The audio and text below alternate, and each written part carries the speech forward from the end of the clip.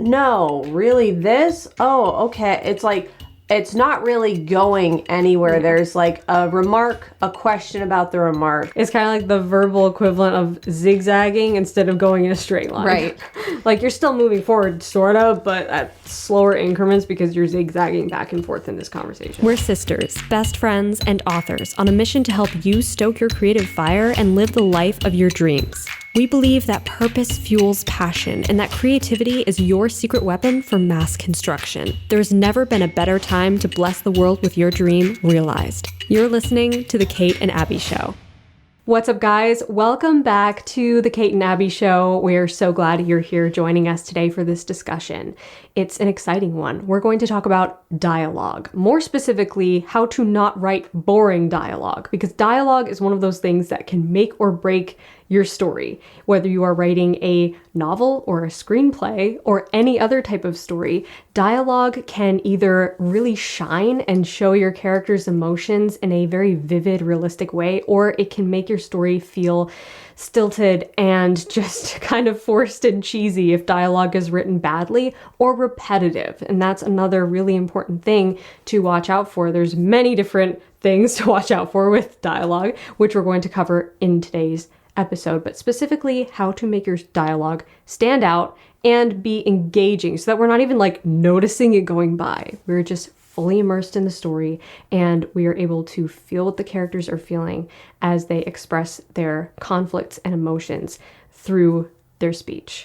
So it's a big topic, but we're going to break it down sort of from the perspective of what to watch out for, what not to do, like the don'ts.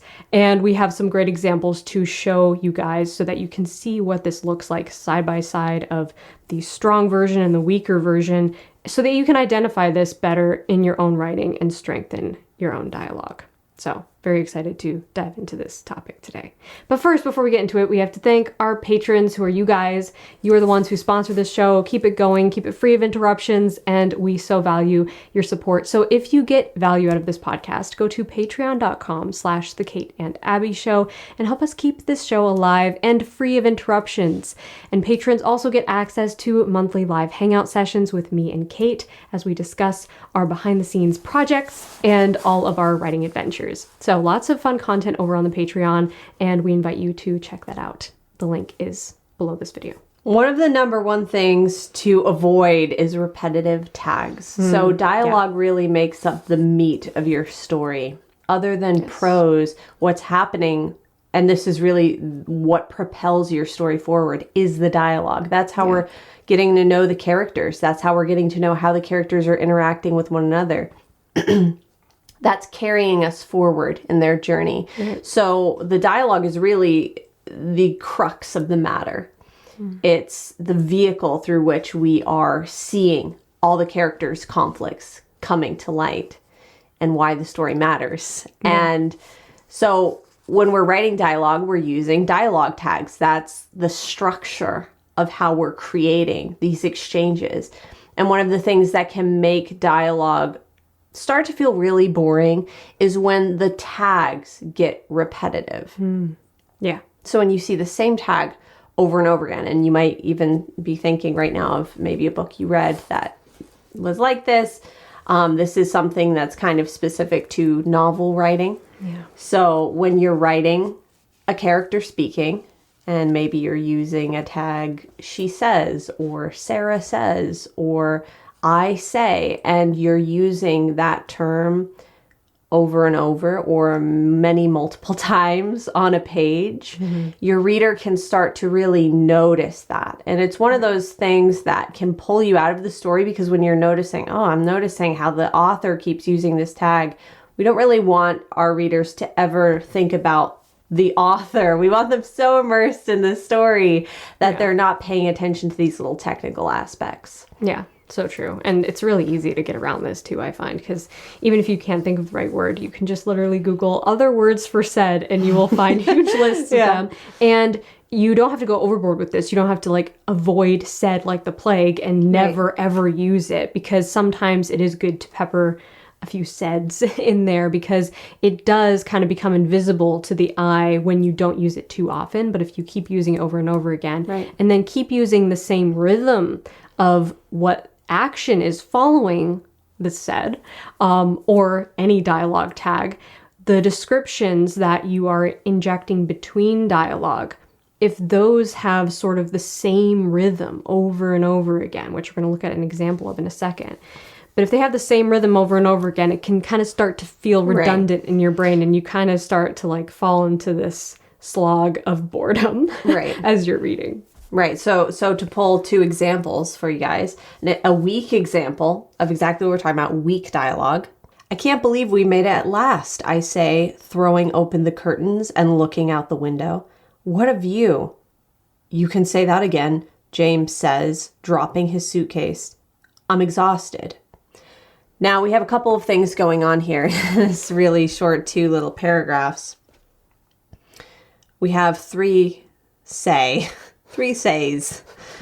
I say, you can say that again, and James says. And now this is a good example too of watching for using those same words even within the dialogue, because it's still a repeating word. Yeah. It's still a repeating word. So even though you might be scanning this in your own editing process for, okay, are the dialogue tags repetitive? We also want to check to see, did we just use that word in the actual dialogue itself? And if so, can we change the tag to not repeat the same word we just used? So here, you can say that again. James says sounds repetitive because we're using say and says very, very close to each other. Mm-hmm.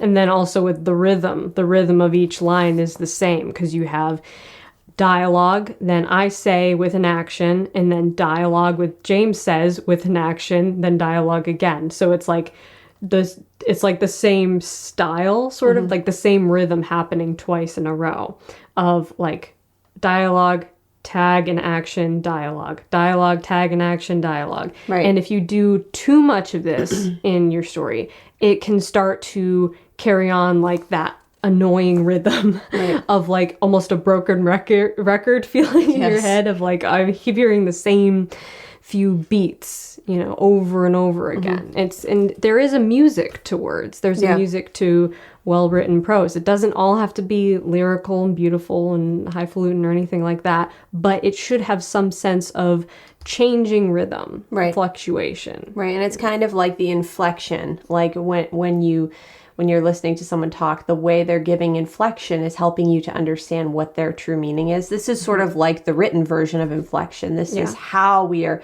guiding the reader to feel about what's being said. And when we set a certain rhythm, like Abbie's saying, where it's like dialogue, tag, action, dialogue, tag, action, dialogue, tag, action, it can get fatiguing to the brain to have to keep reading this same repetition over and over again. So it can be good to vary it up. So that way we're never being pulled out of the story to look at the structure. Right. So now a good example of the same piece of dialogue, a strong example. I can't believe we made it at last, I remark, throwing open the curtains and looking out the window. What a view. You can say that again. James drops his suitcase. I'm exhausted. So now here we have whittled it down to just one say. And that is within the dialogue when James is speaking. And we shifted over to just have James drops his suitcase. We don't even need to say that James is talking, because we know, let's say in this circumstance, it's only 2 characters speaking. We're going to assume that he's speaking. It's not some disembodied voice talking from the ether. So we know, because we're referring to this character doing something, that it's him who's speaking. Right. And at any time that you can use action without the tag and it still makes sense, then trust your instincts and go with that. If it looks good and it feels good, it makes sense to you as the writer, then I would say go with that before having to insert a tag to go with every single piece of dialogue, because you really don't need that. Your reader is piecing together this image in their brain, right? And so when they see action, like the characters doing something, and then dialogue, they're connecting those two things together. Right. And I like to kind used to seeing that you make those connections all the time. Right. And I like to kind of think of it in terms of like when you're watching a film and you're seeing maybe a character carrying a box into a room, they're talking as they set the box down. You're just seeing you're hearing the words, you're seeing the action. And so when you, in your writing, you can say that again. James drops his suitcase. We're almost seeing that in the same way like we would with a movie. Like, okay, he's carrying something in. He's saying something as he sets it down. We don't even need to know he said because we see that he's saying it. Right. So you can pepper in tags as you see fit. Obviously, you do want to use some tags. You don't want no tags to be there. But like Abbie's saying, you don't need it every time. And you can actually look at, okay, what makes sense here? Do I understand who's talking? Maybe I can cut straight to the action and let that imagery just flow. Right. And then in the very beginning here, I can't believe we've made it at last, I remark. So we were able to change I say to I remark because it is a remark. That's one of the things that is helpful too, is to ask yourself, what actually is this? Are they saying it? Is it a remark? Are they making a comment? And if it is, they're remarking on something, just say, I remark. Right. Literally by just asking yourself, what is the mood of how they're saying this? Is it just like a remark they're making? Then we can say that. Yeah. Sometimes it can sound clunky if we say, I remark, when it's not really a remark. It's actually just speaking directly to something or someone. But if it's just kind of talking to the room, making a comment, then it makes sense to really ask yourself, what exactly is this? How exactly are they saying this? What inflection is being used? And just use that word. Yeah. So number 2, too much back and forth. Do you want to kind of speak to this? Yeah, this can get really annoying and repetitive after a while, especially fatiguing to the brain because you lose track of what is happening. So you've probably seen this in books or in any story that has a lot of dialogue that is not very well written. Will go back and forth, usually between 2 characters, sometimes between more than 2 characters, in a way that is almost like this pointless tennis match of words where we are not getting any further in the conversation, or just the pacing of the conversation is slowed way down because we have to keep bouncing back and forth between dialogue. Kate's going to read an example of what this looks like, but it can happen in many different cases. And a lot of times I see it in cases of like doubt, like one character doubting the other character, of like, you know, you said this before. No, I didn't. Yes, you did. What did you mean by that? I don't know what I meant. Are you sure? Yeah, I'm sure I don't know what I meant. It's like at that point, it's like, wait, what was the beginning of this conversation? You almost have to backtrack to like the beginning of the conversation to ask yourself like, wait, what were they talking about again? And then at that point, it's like your brain is so fatigued trying to keep up with this back and forth dialogue that it's like, loses the meaning. Right. It can start to lose the momentum of the conversation. It loses the forward motion. It sort of feels like we're just aimlessly drifting without a clear trajectory of where we're going in the conversation. How is it supposed to move forward? We're just sort of in this limbo and we're stuck there and we're sort of wanting to skip forward in 10-second increments if it was something we were watching. Right. So a weak example using, you know, what we're discussing here. I look up from my book. Hey, can I ask you something? Sure, what? William asks. I was just thinking about tomorrow's test. And? I sigh. I feel a bit nervous. Nervous? William grunts. Are you kidding? No, seriously. No one has studied harder than you have, Kim.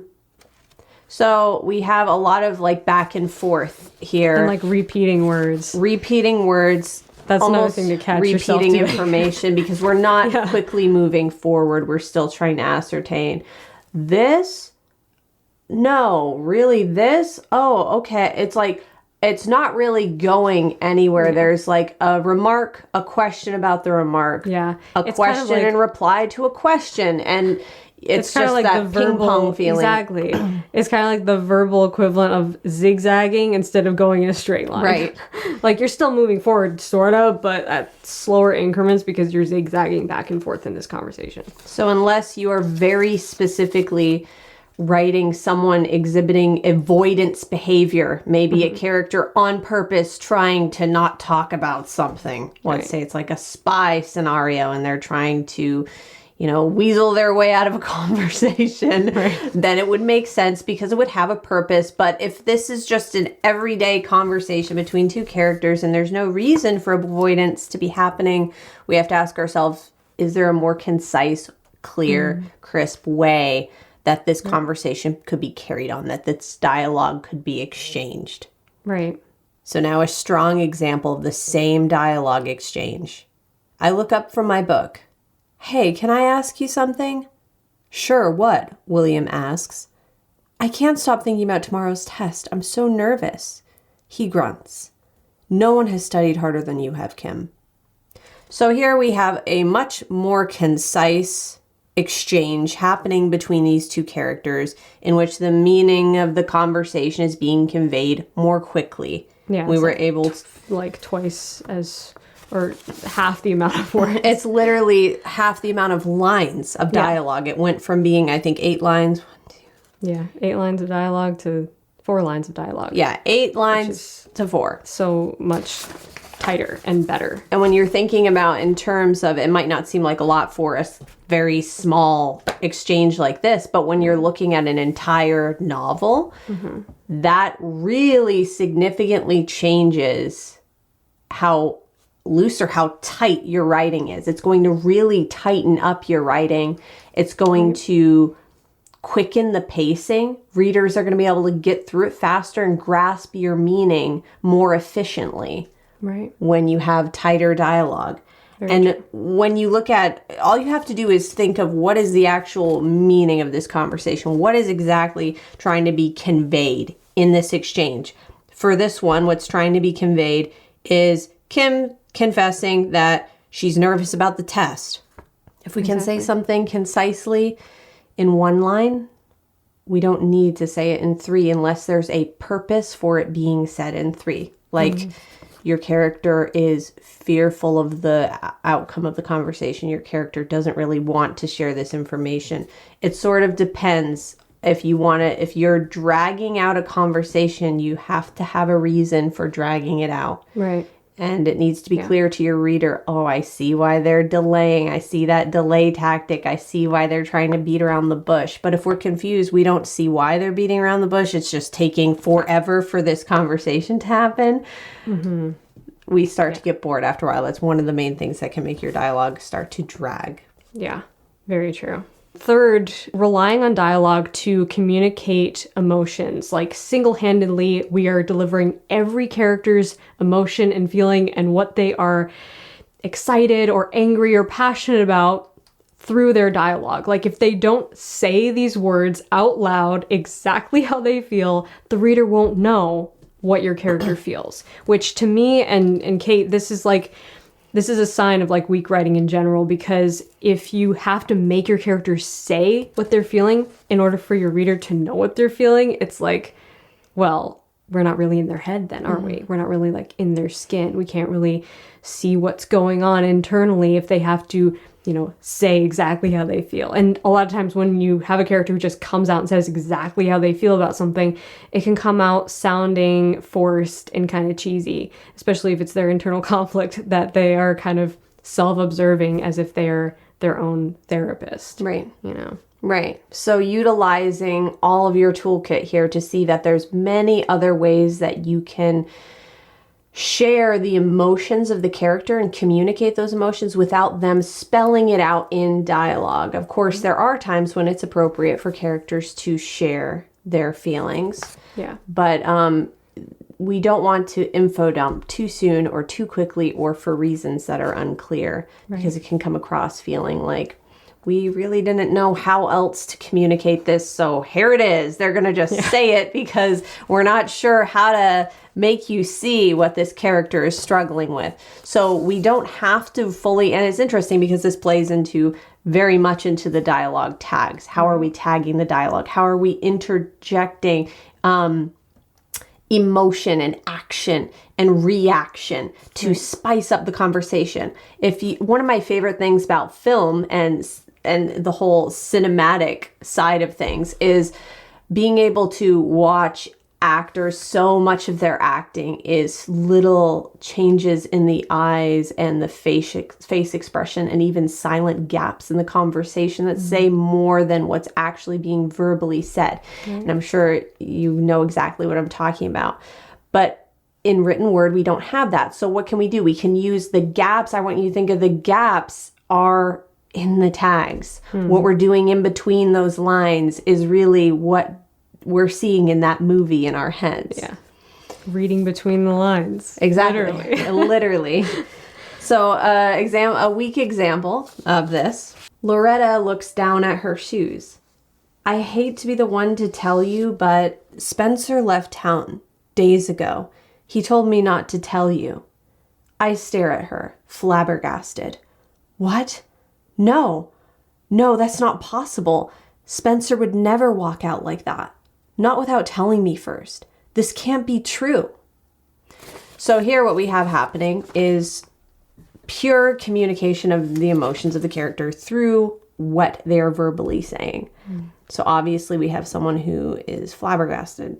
Their world is being rocked by this person leaving town. Right. But we don't see like any of the body language. Right. Or any of like all the internal emotions is all just like projected through the words. It's all being projected through the words, which in some cases is appropriate. Right. You want to strike a balance here because we talk all the time about showing instead of telling. Right. Dialogue can be a great way to show instead of tell, but it can also deprive your reader of being able to see some of these emotions playing out through the body language of that character. Yeah. And these are one of the things that can be a little bit tricky, like I said, when you're working with written word, not something that's being portrayed in a film or a TV series. It's like we can't see that actor. We have to sort of create what like cues would you give to an actor if they were acting out this scene, and then maybe inject those same cues into your character now. So switching over to a strong example of the same piece of dialogue. Loretta looks down at her shoes. I hate to be the one to tell you, but Spencer left days ago. He told me not to tell you. My eyes widen as I stare at her, the room seeming to spin around me. That's not possible, I whisper, catching myself against the door frame. He'd never leave without telling me. So here we have she's saying a lot less, this character, in response. There's quite a few, there's way fewer words that they're actually speaking. But we're seeing more of the reaction in between the lines, which is not only enhancing the words being said, but it's enhancing our experience of watching this unfold. It's emphasizing and underlining the fact that this is a world-shaking experience for this character that this person has left. It's also giving you a better chance to be in like deep point of view because you're feeling what the character is feeling. And sometimes, especially with books that are written in third person, I find when I'm reading a book that's written in third person and it doesn't have a lot of internal reaction or body language, or especially what the character's feeling inside, I sometimes forget whose point of view I'm even reading. And I'm like, wait, okay, whose head am I in now? Because we've kind of detached from the inner world and we're just seeing the outer world and we're just hearing what they're saying. And like Kate said, this is a balance that you have to like find, okay, what are some moments that it makes sense for this character to go on and on in dialogue about how they feel? And what are some instances where we want to take it back to the heart and soul of what's happening inside this character so that we feel like we are them and we know what's going on inside of them and we kind of feel what it feels like to be them. And those are important questions to ask because that's what immerses your reader in this deep point of view where they feel like they become the character and they're not just watching from like this omniscient perspective and hearing these different characters talking to each other. We can actually feel what they're feeling. Right. And it's finding that balance between what they're saying and what they're actually projecting with their body. Especially since not all characters are going to be the same. Not all of your characters are going to be comfortable with saying exactly what they feel. You might be writing a very introverted or reserved person, and that person wouldn't project exactly what they feel in that moment. Most people don't. So we want to really tune into what other ways would they reveal what they're feeling in that moment when a person's face expression betrays them or their body language shifts just that little bit and you know the tone and mood of the conversation has changed. What are those little things? And it can help also watching films, at least this is something that's always helped me and I know it helps Abbie as well, is to watch great acting and see and notice those little shifts, those emotional changes changes that enhance the dialogue and take it to that next level. Yeah. It's what makes it so much different than if you had your eyes closed and you were listening to the dialogue versus watching it, and how it makes it so much more powerful. That's because we're seeing that body language. We're watching that emotional journey taking place on those characters' faces, and we can actually translate that into written word and insert it into our dialogue to make it that much more next level. It really takes it to the next level. Yeah, it does. I saw a post one time that was specifically about writing romance, but it applies to anything. And it said, if you have to make your characters say, I love you to know that they're in love, then you haven't written the romance well enough. And that really applies to any type of storytelling, whether it's romance or something else. The bottom line of that piece of advice is that you don't, if you need your characters to come out and say verbatim exactly what they're feeling so that the reader knows what they're feeling, then consider going back and looking for places where you can actually insert moments of self-realization for them and body language, the internal turmoil that they're dealing with, their internal conflict, and some of the things that they're thinking and feeling on a daily basis. Right. All those little moments are what build up to this understanding of what they want, what they are afraid of, what they believe. All their internal conflict is tied up in that. So it's like, if you find yourself having to spell it out in dialogue, then that's a sign that you have to go back and strengthen the rest of the story. And then you'll find that you don't have to spell it out in dialogue because it's obvious. Right, exactly. And it's great too because this is something you can ask yourself too in the editing process. Right. A lot of this is going to take place in the editing process. As writers, we know how much we each play with the dialogue as we go back through the editing process. And so you can really use these different methods as tools in your toolkit for not only the creative writing process, but also the editing process to really make your novel shine. Yeah, so true. Don't fret about it too much in the first draft. The first draft does not have to Don't fret about anything in the first draft. just let it be a free flow of creativity. Yes. But hopefully these 3 tips are things that you can put in your toolkit right now and use in the future as you're writing dialogue and as you're editing dialogue and doing rewrites.